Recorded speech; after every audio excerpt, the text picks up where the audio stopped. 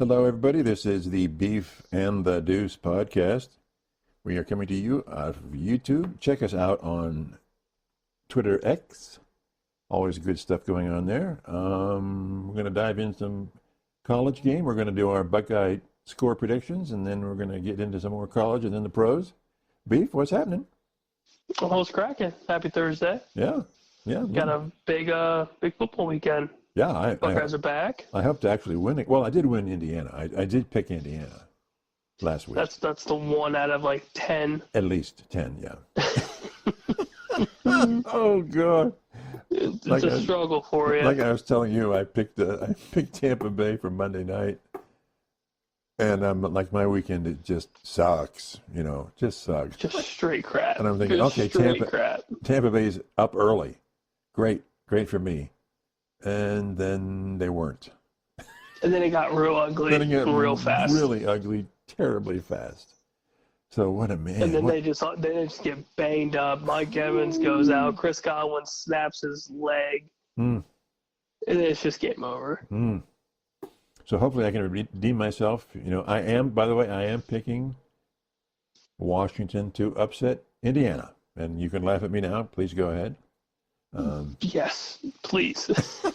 Please laugh at this man. Well, Indiana's quarterback is down, so they're backup quarterback, so there's a hope. This is true. This is true. There's a glimpse of hope. Glimpse. Yes. Okay.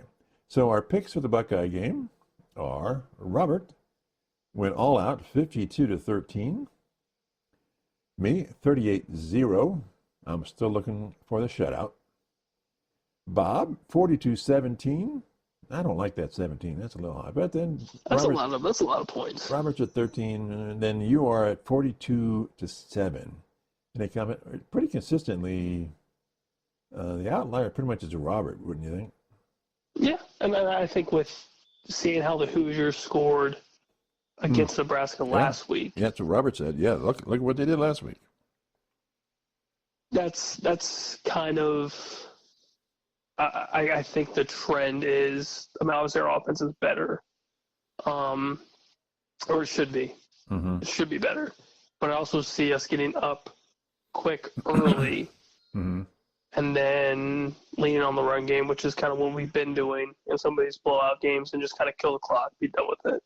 That's kind of where I'm seeing the 42-7, giving Nebraska not as many opportunities to score. Even with our left tackle down?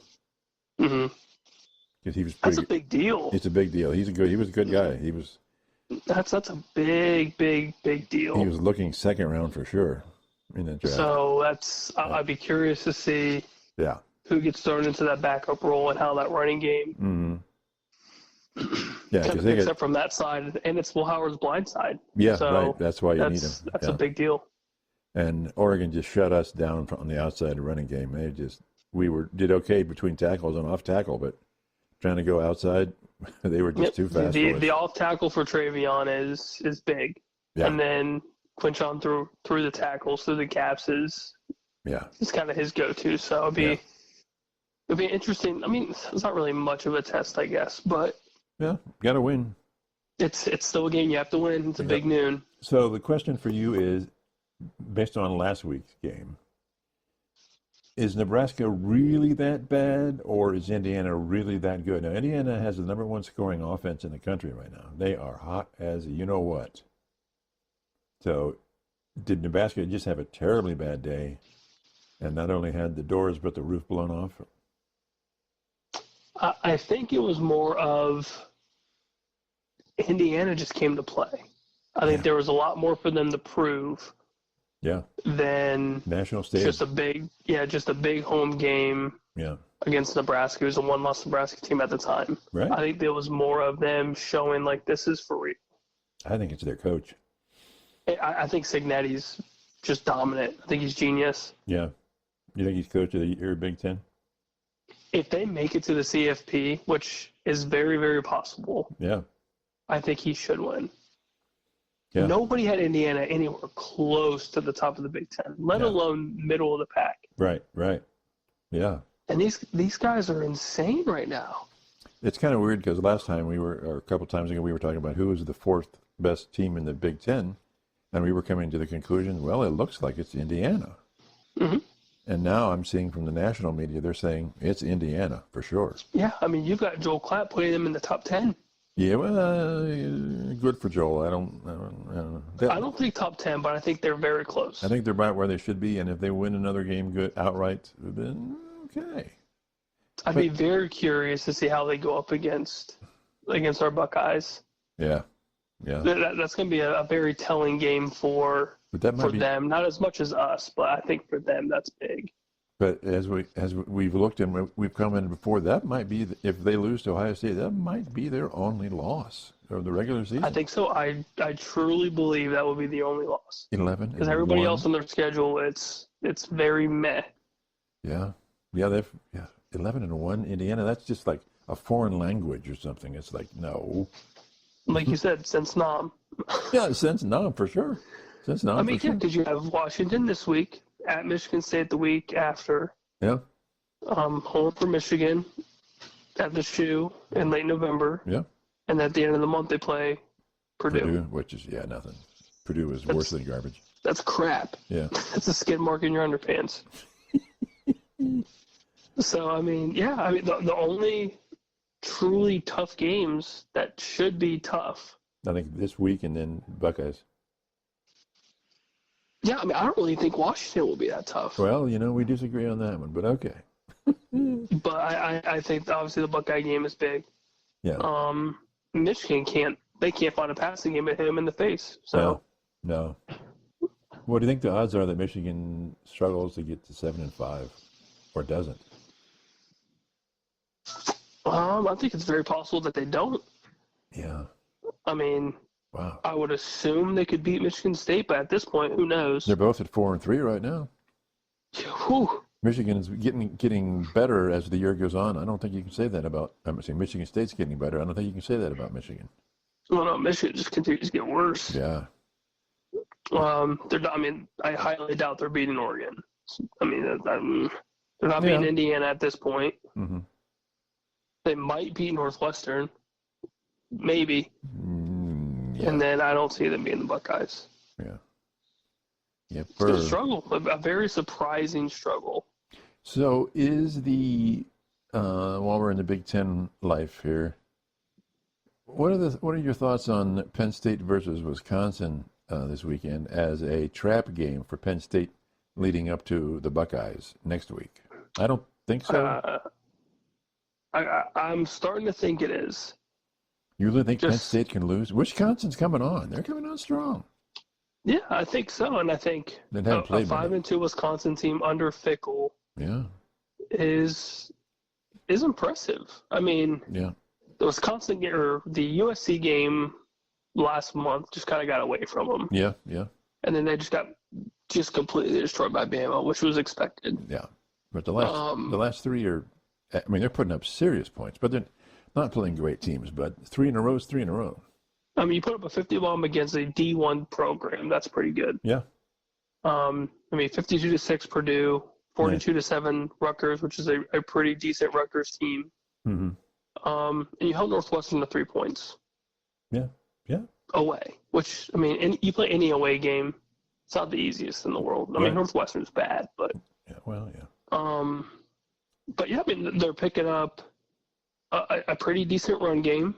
Nothing to write home about. But it's getting good. It's getting good.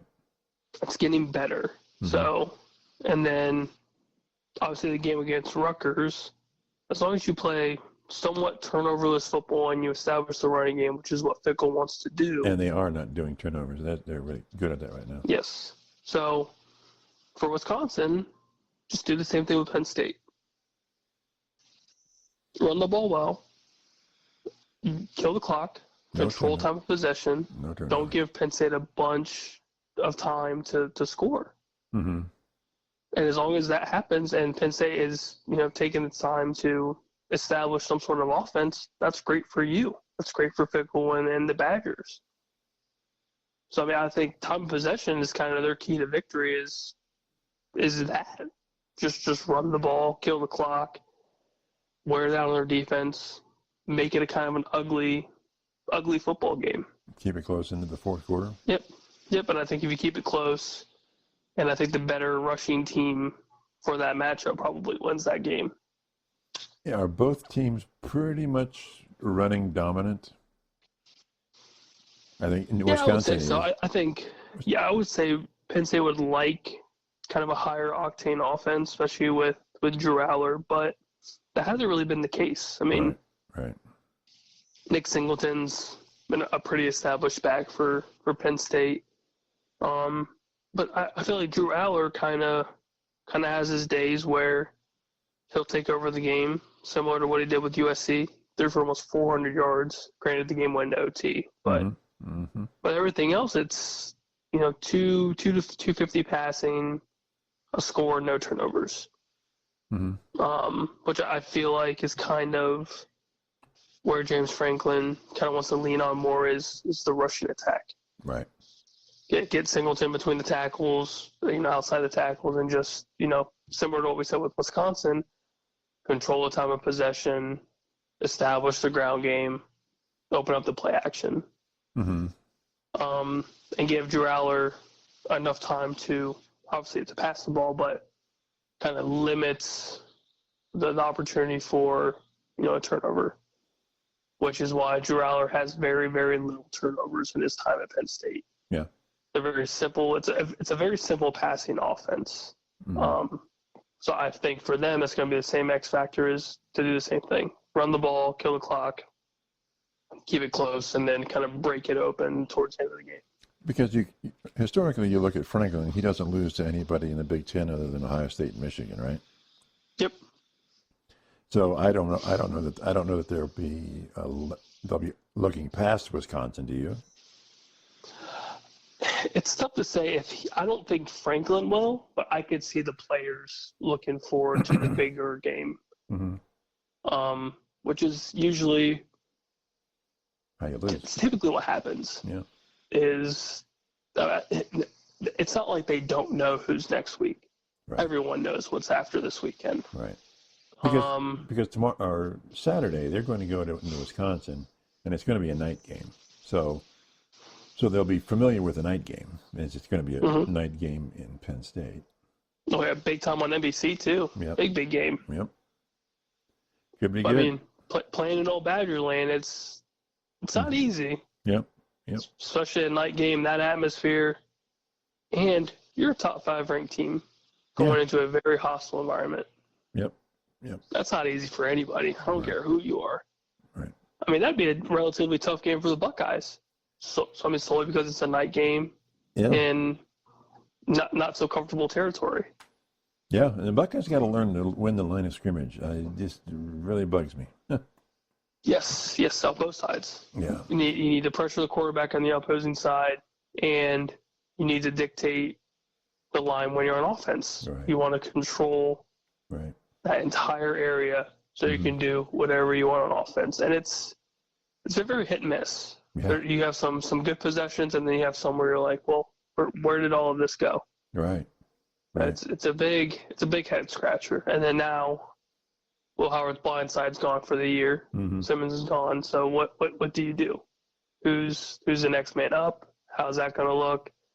Thankfully, we have kind of, I wouldn't say a warm-up game, but it's not like we're going into Penn State with a brand new left tackle. Yeah. At least there's a game to kind of figure out, who's who, how the line's supposed to look, whatever the best option is.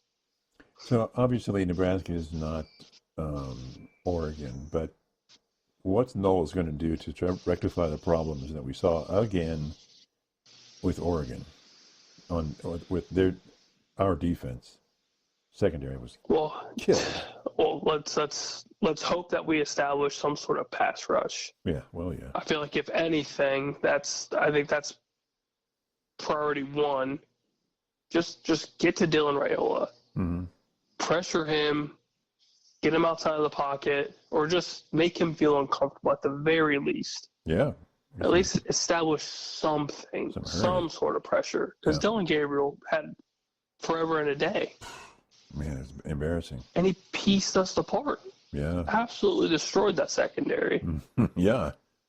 And I feel like if you establish some sort of pass rush, the likelihood of Dylan Raiola just sitting in the pocket to piece apart your secondary is cut in half. Yeah. At minimum. Yeah. That was the big issue with the Oregon game was Dylan's going through every progression, and then he finds the best opportunity, which was down the field because there's 5+ seconds for this guy to throw the ball. Yeah.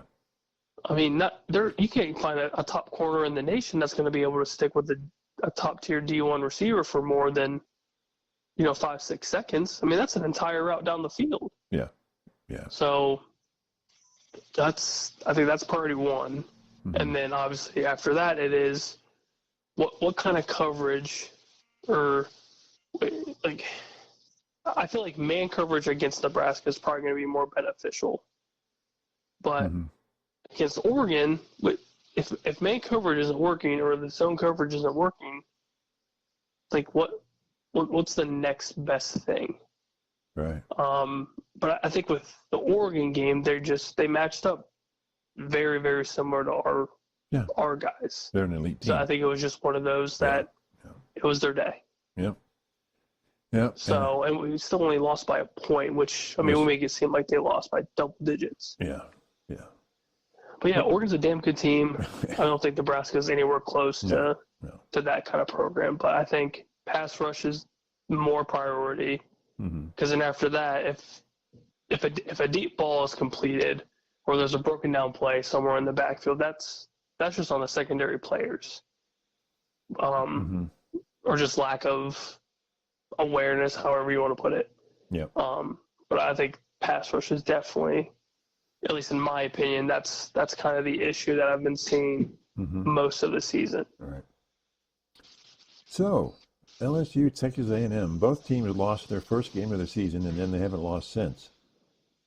This could be a precursor to the conference championship game. What do you think? Because we got a lot of one-loss teams in the SEC right now. Oh, the SEC's stacked. Yeah. It's insane. Yeah. I'd favor LSU, but that's just. It is so hard to play at Kyle Field. Yeah. It's just brutal. Yeah. But I feel like LSU has a better offense.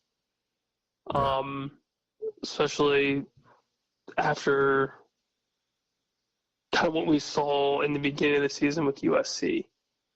Yeah. Ever since that game, they've played pretty well outside of the kind of South Carolina mishap, I should say. That's probably the best way to put that game. Yeah.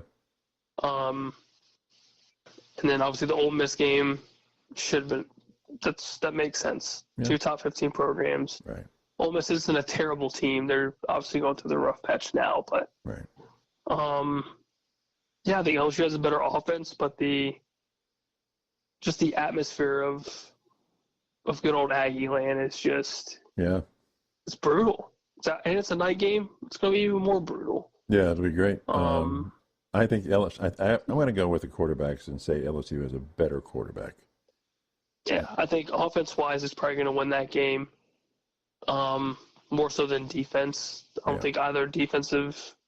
I mean, for both programs, their defense isn't their top suit. Right. I think it gets interesting because if the Aggies can control the run game, that game gets really, really different very fast. I think I'm gonna go Tigers as well. Okay. I think I like LSU in this game.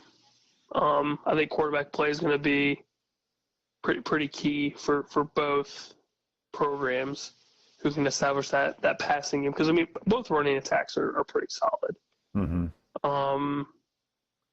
I'd be curious to see how Nussmeier does in a very hostile environment. I mean, the dude's putting up insane stats.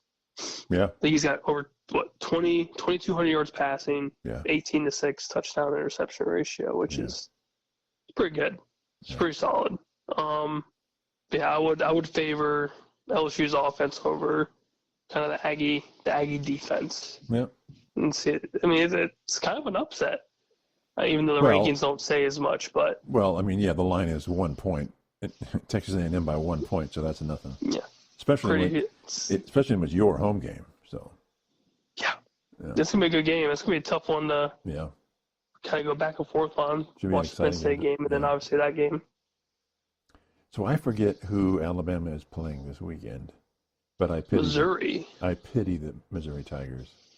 I pity them. I pity their souls because I think Alabama is just going to come out and squash them like a bug. And they have to. It's going to be ugly. This is their season. They cannot lose another game. Alabama cannot lose another game. If they do, they're obviously done. They're done. They're almost done now. Yeah. But that's why I'm saying they have to come out and just kick butt. And I think Missouri. I think this is Milroe's game to kind of show. Yeah. He's got to light it up. Who Bama really is. Yeah, and the defense has to get a little bit better somehow. Oh gosh, their defense has been atrocious the last 2 weeks. But I think Missouri is overrated still. I mean, hell, the last 3 weeks you could argue their defense has just been like, what is going on? Right. Yeah. You almost blew the game against Georgia. Yeah. You gave up damn near 40 points to Vanderbilt. Your guys. My Vandies. And, gosh, and then the Tennessee game was just. Yeah. I mean, it was just an ugly game till the end, and then Tennessee pulled away. So, I mean, I would bank that more on kind of the home field advantage, but they have no margin of error. It's very interesting. It's a very interesting program to me, just because we know how good they can be. Yeah.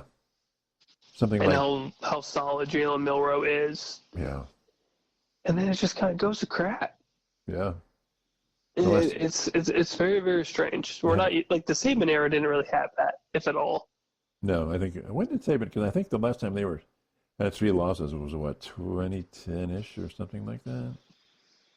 It's been a long time. Been a long very, time. very long time. Yeah, it's not familiar territory for the Crimson Tide faithful.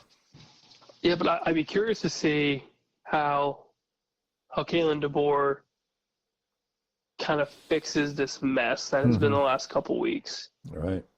This is kind of his, outside of the Georgia game being obviously a test, but this is a true, how do you get your program back to where it should be, where everyone knows they should be? And you should dominate this team. This should not be close. They should obliterate Missouri. They should kill them. Yeah. I mean, the spread's at, I think, 17 last I checked. Yeah. I think they should beat this. I think that's pretty fair. Yeah. So, how about Boise State and UNLV Mountain West Championship preview game here? I love me some Aston Genty, man. That dude is a stud. So these teams, one of these two teams could be in the playoffs as of the fifth conference winner. Mm-hmm. And I think Boise State probably will. UNLV's no slouch. They are not. They are a one-loss program at 6-1 currently. Right. A true dual-threat quarterback. Mm-hmm. I think it's in Vegas. And it's in Vegas. Yeah. Oh, man. I mean, having a senior quarterback for a one-loss program like UNLV, which really hasn't done terribly much, if ever. Yeah. They've got a pretty true 1-2 punch with Malik Williams and Ricky White, so a little quarterback-receiver duo. Mm-hmm. Be very, very curious to see how that progresses against a relatively decent Boise State defense. Yeah. And their only loss is against Oregon by 3. I know. Which is crazy. Yeah. But I mean, unless UNLV can stop Genty's rushing attack, I don't think they have a chance. Yeah, ultimately, I think it's. I mean, you've got a more than likely the Heisman winner. Yeah. Just running amok. Nobody's stopped this guy. Yeah. He's averaging like 10+ yards a carry. That's insane. Yeah. And I guess the pro scouts are like drooling over this guy. Oh, I am too. Currently drooling right now. It's insane. Yeah. We haven't seen a stat line like this. I shouldn't say ever, but it's been a long time where the numbers are jumping out at you already. Like this is going to be their 7th game. So after 6 games, he has almost 1,250 rushing yards and almost 20 touchdowns. 20 touchdowns. That's stupid. That's a season. You're playing rookie mode on NCAA football. Yeah. Like, that's insane. Yeah. I mean, good on him, but I mean that their whole rushing attack revolves around him. So if they can't get him going, Yeah. I think it's going to be a long day. But I'm going with Boise on this one. I like me the Smurf turf. Sadly, it's not on the Smurf turf, but yeah, go Ashton Genty. Yeah, yeah. Anything else in the college game we need to look at before we get to the pros? I like me some Oregon, Illinois. That's kind of the one game Really? in the Big Ten that I'm very curious about. As an upset? I wouldn't say upset, but I think it's a lot closer. Yeah. Than the spread's given it now. So Oregon's favored by 22. Yeah, that's too much. I think Illinois. That's a lot. I think Illinois will beat that spread. I'd be very curious to see if Illinois can control the time of possession, trying to limit Oregon's chances That's going to be hard. at producing a ton of offense. Yeah. I'd be curious to see if Illinois can establish a run game as well. Try to maybe beat up on Oregon's defense a little bit. I mean, Oregon's defense is pretty solid. Yeah. Fast. Yes, very fast. So, and I mean, Oregon hasn't, or not Oregon, but Illinois really hasn't had. I mean, obviously they're a one-loss team, but outside of the kind of close Purdue game, and then the Nebraska game somewhat earlier on in the season, they've played good football. Yeah, they're very sound. They don't do turnovers very well. They don't. They're a very clean team. But Luke Allmeyer at quarterback is no slouch. Yeah, he's putting up pretty decent numbers. 1,500 passing yards, 15-1 touchdown interception ratio. That's it's good, especially in the Big Ten. That's pretty solid. So you're saying they beat the spread but lose the game, right? Yeah, I would say Illinois beats the spread. I think Oregon still wins. Yeah. But I think I'm just more curious on is Illinois somewhat for real? Right. Like, is their record just solely because their schedule has been relatively easy? Yeah. Or are they somewhat legit? And considering of being the upper echelon of the Big Ten.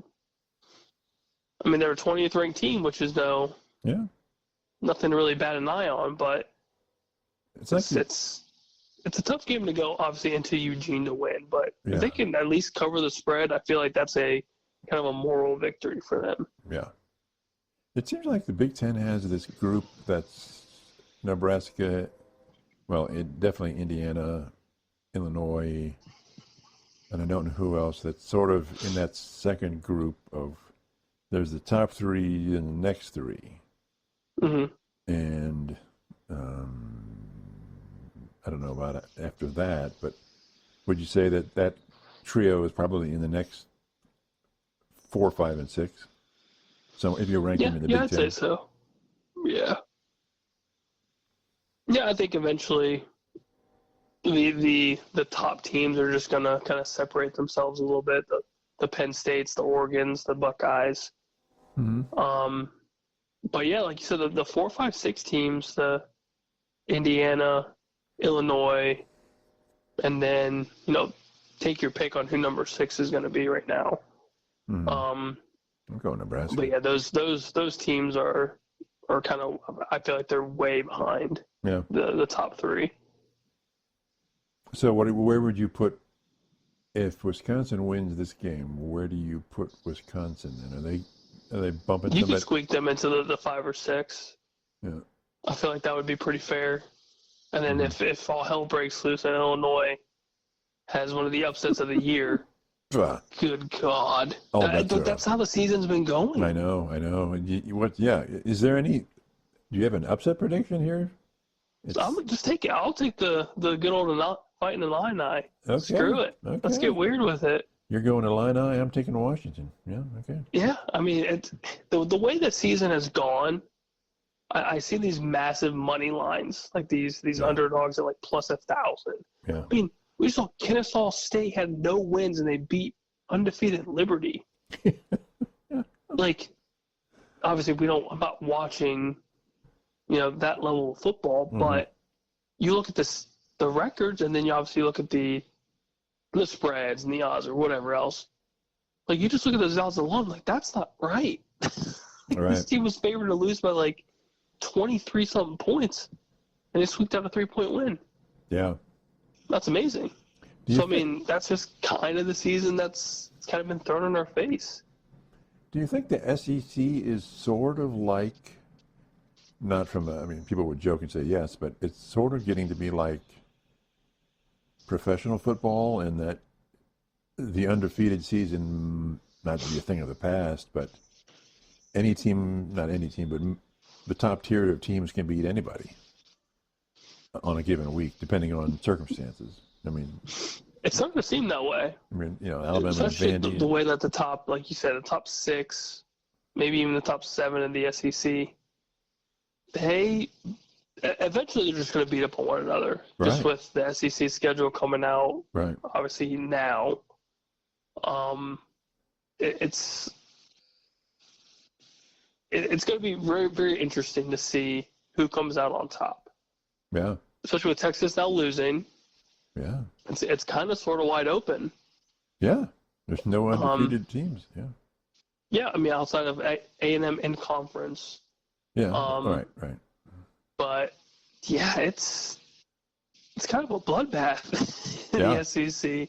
Yeah, you can't take anybody. It's kind of all over the place. You can't take anybody for granted. No, because every team is now there's a weakness. Yeah. Every team now has some sort of a weakness. Texas, you saw the weakness. Yeah. Georgia, you've seen the weakness a couple times now. Mm-hmm. But yeah, it's. You could say it's kind of like the Big Ten, but the Big Ten still has undefeated teams. Right. The SEC is just killing each other slowly. The Big Ten has more of a hierarchy established. Mm-hmm. But with LSU, and like we were talking about Texas A&M at 1 loss, Alabama at 2, Georgia at 1, and Texas at 1, and oh my gosh, it's all over the place. I love it. It's great. I love it. Yep. Let's talk some professional football. My question for you is, and I hope this doesn't hurt too much, but if the Cowboys lose their next 2 games, they'll be 3-5. And do they fire their coach at that point? Because the rest of their season is not easy. Well, the schedule's brutal. Did Jerry let the coach live until the end of the year? I feel like you almost have no choice but to. Really? As much as I hate it, you know that I am not the biggest McCarthy fan. Right. Well, the Jets did it. They fired their guy after 4 or 5 games. Yeah, they said screw it, we're done. Yeah. Which I felt like it was still a little too soon. Right, I agree. Especially because especially in London too. You just let this dude just hang out in London. Yeah, wasn't it his first year? First year with Aaron Rodgers, I should say. Right. I don't really count last year as like a legitimate coaching year. You had this entire plan laid out with Aaron Rodgers and Breece Hall, Garrett Wilson, and then it just went to crap in 4 snaps. Yeah. But yeah, they just said, screw you, man. You give us 2 wins in however many games. Like, we'll see you. Yeah. This felt like that was pretty quick. So what are you saying, 7-10 for the Cowboys, 6-11? Yeah, I'm saying it's just not it's just not great. Just not good, huh? Just not good. I mean, as crazy as it sounds, we have a chance with the Niners, a very, very banged up Niners team. Yeah.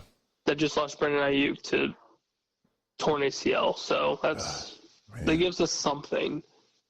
But yeah, then next week you go to Atlanta. Then you have Philly, Texans, Commanders. It's tough. Yeah. God. And then the Bengals a couple weeks after that. Bengals could be. Eagles, Commanders at the end. Like, jeez. Now, is it Philly playing the Eagles? I mean, Philly playing the Eagles. Of course they are. Is Philly playing the Bengals this week, right? Yes. What are your shots? I think the Bengals can win this game. I mean, I think they can win the game. I'm not saying they are going to win the game, but they have the ability. I very much think that the Bengals can. Definitely. Definitely. I'm not sure what's going on with NC. Truly, Yeah. They look so. I mean, it's not like Joe Burrow's any different. Joe Burrow's still Joe Burrow. Yeah, but the first half or so of that Cleveland game, they looked very. Were they just playing down to the ineptitude of the Browns, do you think? I feel like that's part of it. I know it sounds like a cop-out answer, but I feel like that is part of it. Because both teams looked really bad. Oh, yeah. You and your boy, Sean. Oh, jeez. Oh, my gosh. Yeah, it's too bad for him, but anyway, yeah. But, yeah, I think Cincinnati's a better team than what the record shows.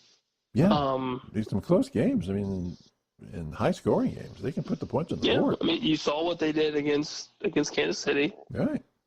I mean, the team is there. Mm-hmm. But, yeah, the whole North is just it's been a head-scratcher for me. The Steelers quarterback switch, and then Russell Wilson comes out to just basically ball out. Yeah. And the Steelers at 5-2. Yep. The Browns are a dumpster fire. They're gone. That's just donezo. Yeah, it looks like, I mean, the Steelers and the Ravens can both win this week. I mean, the Ravens are playing the Browns, so that's a win. And then the Steelers are playing. Yeah, it's an easy dub. Yeah. So they're hot. Yeah, but I feel like the Bengals could be kind of the dark horse of the AFC to really make some noise. But their backs are against the wall. They don't want to. They get that fourth loss, or it's not easy because you're halfway through the season and you've got 4 or 5 losses on your record. That's hard to come back from. It's not ideal. Because very few professional teams go these long streaks of winning. I mean, that's Kansas City, but that's not. Yeah, I mean, like you look at the Bengals schedule after Philly, it's relatively okay. Mm-hmm. I mean, they should beat the Raiders. Mm-hmm. Ravens away is going to be tough. They should beat the Chargers. Mm-hmm. I think they're better than the Steelers. Like, I could see them beating the Steelers. Even now with Wilson? I think so. I feel like that game, there's going to be a lot of people kind of hyped up on Russ. Okay. I'm still not a big believer. There was a couple plays where it wasn't Russ, I guess you could say. It was more of the position players basically just having their game. Yeah. Like having their breakout game. Okay. I feel like once that happiness, that, giddy go feeling kind of dissipates, I feel like that's kind of when you're going to get the true Russell Wilson, just a very, very boring Russ Wilson that you got in Denver where it was like, what is this? And then you have kind of a couple games where he balls out, and then it's very quiet, just meh. Okay. But I mean, the Bengals will have a very tough schedule. Yeah, but they can come back from this. Yeah, I think they'll be fine. And you still, like I said, you still have Joe Burrow, you still have Jamar Chase. Yeah. T. Higgins is still there. Yeah, they've got the offense. Chase Brown and Zach Moss as a 1-2 back is pretty good. Yeah. So it's just it's that defense for them that needs to kind of get figured out a little bit. So let's look at a couple of games that's coming up this weekend. Bills versus Seahawks. The Bills are running away with their division, so it's not a big deal. They could lose a game and not worry about it. But the Seahawks they're in a struggle with the NFC West at 4-3. They're top of the division, but 4-3 is not too impressive for being the leader. What do you think? But you like the Seahawks? DK. Yeah, I like the Seahawks and what they were doing. DK Metcalf's hurt, so that's going to be interesting to see what that does if he plays this week or if he's going to miss a game or two. But Kenneth Walker has just been a brute force for them. And it's in Seattle, but Buffalo's playing really good. Yeah. Oh, yeah. I think I'm going to lean Buffalo. Okay. I think I like Buffalo here. I think I'm going to... Even traveling to Seattle? Yeah. I'm going to favor the rushing attack / Josh Allen kind of having a pretty solid season. Yeah. I didn't expect them to really be much of anything. Kind of expected a somewhat rebuilding year. Yeah. And that's kind of been nullified. So Yeah. Josh Allen's playing pretty damn good football, and Seattle's kind of banged up. So, but I mean, Buffalo's in I don't know if it's a historically weak division this year. It's like, okay, we'll win this division, but really, who's our and competition? Tua's coming back, so you don't know how this Miami team's going to look with Tua being back. Okay. If it's going to be similar to what they were before the injury. Mm-hmm. New England's kind of. I'm not going to say they're going to make a run at making anything interesting, but Drake May's playing pretty decent football, and that team's looking better with him under center. Yeah. So I don't think they're much of a team that you can just look at and be, a very confident, like, yeah, they're going to win. Like, New England's going to lose. Mm-hmm. And the Jets, who the hell knows what's going on with the Jets? Yeah, I do. Because you've got moments where you look at them and they're like, yeah, like this team's good. Yeah, sometimes Rodgers looks very good. Very good. Yeah, and then there's times where you're like, yeah, this is crap football. Yeah. This is bad. Yeah.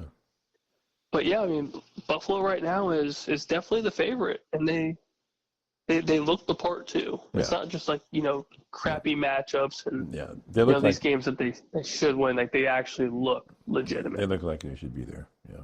Yeah. So okay. Bears versus Commanders. This is a big playoff implication. The Commanders to stay on top, and the Bears try and keep pace for a wild card or even a win. But with that NFC North so hot, the Bears, they've got to try and keep pace. Yeah, and we don't know the likelihood of Jaden Daniels playing for the Commanders, so that's a pretty big thing, obviously, for them. I mean, but Marcus Mariota looks solid. Coming in after the rib injury, he threw around a couple touchdown passes and looked good. And then the Bears, I mean, Caleb Williams has his bad games, but then he's also had some really good, some pretty solid games. I mean, the game in London against Jacksonville, he balled out. The whole offense balled out. Yeah. Now Jacksonville, sorry Robert, isn't anything to write home about, but that's true. That's a whole dumpster fire in itself. Yeah. They're lucky they won that second game in London. Or Peterson's trying to find a way back home to the States, because he would have gotten fired. Yeah. I think I like the Bears in this game. I do too. Especially with no Jaden Daniels, that's a big loss for them if he doesn't play. Yeah. And I think they found something with DeAndre Swift in that rushing attack. They're getting DJ more and more involved in the passing game. And I think Caleb's just getting more comfortable. Yeah. I'm psyched about the Bears. What about the teams that don't seem to want to win their division? Tampa Bay and Atlanta.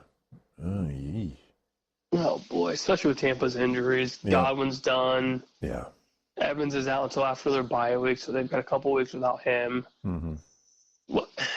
Who's going to step up for their receiver core is kind of the big question for that whole game, or for the next couple games. Yeah. But I think Atlanta, I mean, again, they're both 4-3. I mean, Tampa Bay could have really separated themselves, and they did not. Yes, and Atlanta has these games where they look good, and Kirk Cousins and the offense is humming, or they have games like last week where Seattle just destroyed them. Yeah. I think this is one of the games where the offense kind of gets going for Kirk Cousins, Drake London, Mooney, the rushing attack with Bijan, and I don't think this game's going to be relatively close, especially with Baker having to basically put together a makeshift wide receiver core to keep up with the Falcons. I think it's the Falcons' division to lose. Okay. That's a switch. But with Tampa Bay so broken. Those injuries are massive. Not having Chris Godwin's big. Yeah. He was having a a MVP-like season Mm-hmm. with the stat lines that he's been putting up since week one. So Bake was really it's good. tough. I feel with Bake. I feel for him. He's been playing at a pretty elite level. Yeah. And had a chance to beat Baltimore towards the end of the game. They got it within 10 points, I believe. Yeah. And then the Godwin injury happened, and then kind of went to crap after that. Yeah. Tell me about it. Yeah. So let's talk about if the playoffs started today, who would be in the wild card? Start with AFC. There's only one team at number one seed, and that would be the Steelers at 5-2. And then we have 2 and 3 are tied with Broncos and Colts at 4 and 3.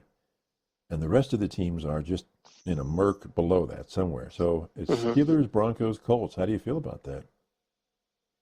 Who would have thought? Yeah, who would have thought? Who would have thought? That's the Colts are very just. I'm not a big fan of them. Yeah. And even with Jonathan Taylor coming back from injury, either this week or next week, I'm not a firm believer in Anthony Richardson. I think that team's better with Joe Flacco, and I think a lot of people feel the same. Mm-hmm. But I don't know if that's due to some of the schedule or the games that Flacco did play. I think they went 1-1 or 2-1 with Flacco. I can't remember. Yeah. My guy. And then Denver, their defense has just been crushing teams. How about how about my guy Bo Nix? He's played very well in its entirety. Not having much of an offense. Right. Not much to work and kind of leaning on that defense. Yeah. It's impressive.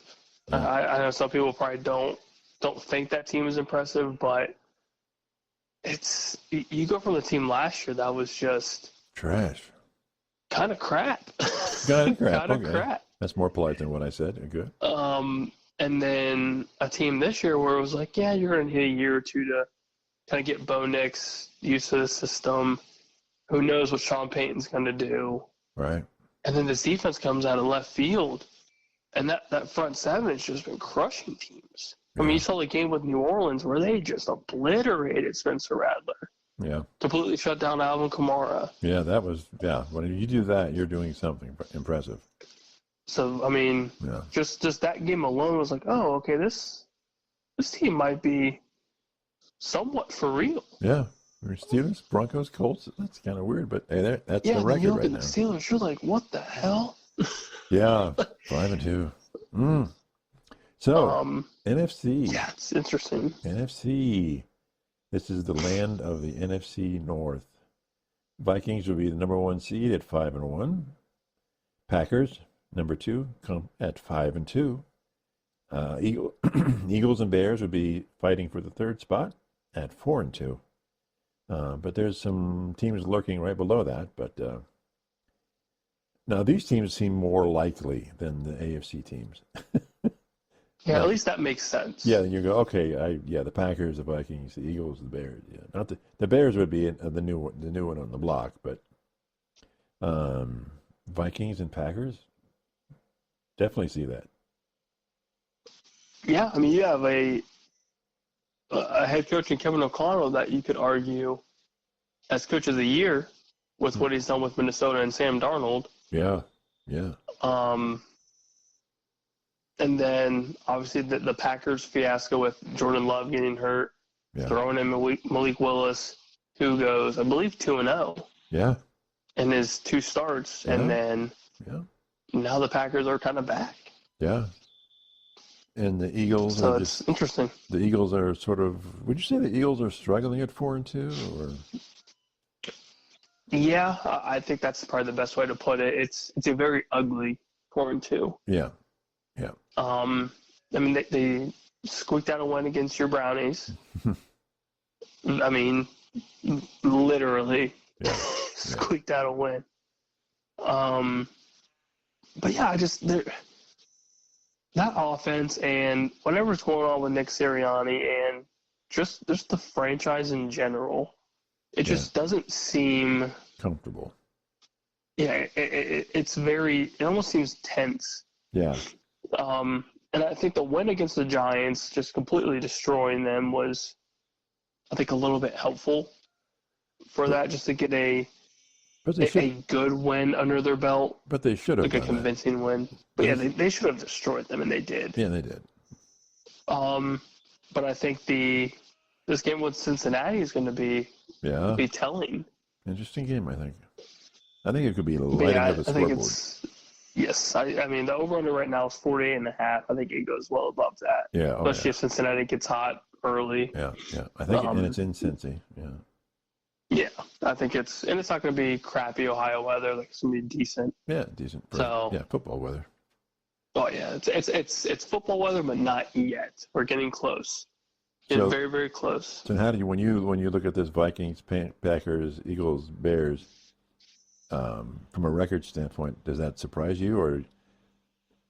I think the Vikings one surprises a lot of people. Well, yeah, but not like obviously watching them and then watch them here currently against the Rams. I mean, Sam Darnold's slinging it. That offense hasn't skipped a beat. Yeah. Especially with Kirk Cousins obviously being in Atlanta, them banking on J.J. McCarthy to be their starter. Yeah. And they plug and play Sam Darnold, and he's crushing it. Yeah. Aaron Jones crushing it in the backfield. Justin Jefferson's a stud. We all know that. Yeah. But yeah, they just haven't skipped a beat. And then their defense is top tier. Yeah, the defense. Yeah. I mean, they've given up, 21 points out of Matt Stafford, but Matt Stafford's a Hall of Fame quarterback. Yeah, Stafford's going to get his. He's like subtly good. He's not like Mahomes or somebody that just lights it up incredibly. But at the end of the game, you're like, yeah, he did it again. Mm-hmm. He's having a little bit of a struggle with Puka and Cooper Kupp being gone, but that's expected. Yeah, but he came from behind. I would be very curious to see what he does with the healthy team. And I think with Cooper Kupp and Puka back now, I think the Rams could get interesting. They're going to have some sort of heat, I guess you could probably put it, with the offense that they have. Yeah. Kyron Williams in the backfield, obviously those stud receivers, and then the big question mark's the defense. What is their defense going to do, especially in the West? So but yeah, Stafford's still good. Yeah, he's good. He doesn't appear good, but then you go, he's good. It's like, oh, yeah. You look at the stat line; it's like a 250, 2 or 3 touchdowns. You're like, oh, yeah, okay, yeah, and cool. They won. Yeah, it makes sense. Great. Yeah. So how do you see that Vikings Lions? Are they going to fight it out to the end, do you think? I think so. I think somehow, some way, the Lions pull ahead. But I think it's by a millimeter. I think it's going to be very close. Like one game. I think some of the I can't really put my finger on it, but I feel like some of the Lions' issue is kind of playing too slow. I feel like there's some games where, like, Jared Goff just takes forever to kind of get going. Yeah. And they kind of lean too much on the running attack, and then you try to get Goff going, and you haven't really done much with him. You can't just expect, this guy to go 7 for 7 for 125 like it's nothing. Right. But at the same time, it's like, how do you not lean on the run game when you have a good run game, Montgomery and Gibbs behind you? Yeah. And then their defense has just been getting destroyed. And now you don't have Hutchinson for the year unless you make it to the Super Bowl. Yeah. You get him for one game, but like that's a devastating injury to your pass rush. Yeah. And their secondary's been getting torched, and they haven't really been able to stop too much. So that's an X factor for them. I mean, you have the offensive ability, but what can your defense stop anything? Yeah. Minnesota has a defense that can limit the opposing offense. Yeah. Detroit doesn't really have that, at least not yet. Yeah. And then without your star pass rusher, that's going to get increasingly difficult. Yeah, it seems to me that like the two most interesting teams and fun teams to watch are the Vikings and the Lions right now. I think it's just the entire North. Well, yeah. I think the entire NFC North has just been very, and we've liked them from the preseason. Yeah. And then now it's kind of coming into full effect, and it's intriguing. I mean, my NFC East is Commanders, and that's about it. So, yeah. And in the South, it got interesting, and then Mike Evans and Godwin go down. So the Bucs don't really have much. Yeah. And then the West is intriguing now. Yeah. Because the Niners are it's a mystery. Still banged up. Yeah. In Seattle, as much as you hate it, Seattle's relatively good. Yeah, they're hanging in. They're doing it. Yeah. As much as I think they shouldn't be, but they are. So, okay. Anything else before we say goodbye? Let's hope for a Buckeyes dub. We need a comeback victory. So we need a shutout. Let's get to it. Shut out. Okay. Let's hope one of your picks actually hits this weekend. You've been defeated for a minute. So I need to come back here. Need a comeback game. All right. We'll talk to everybody soon. Bye.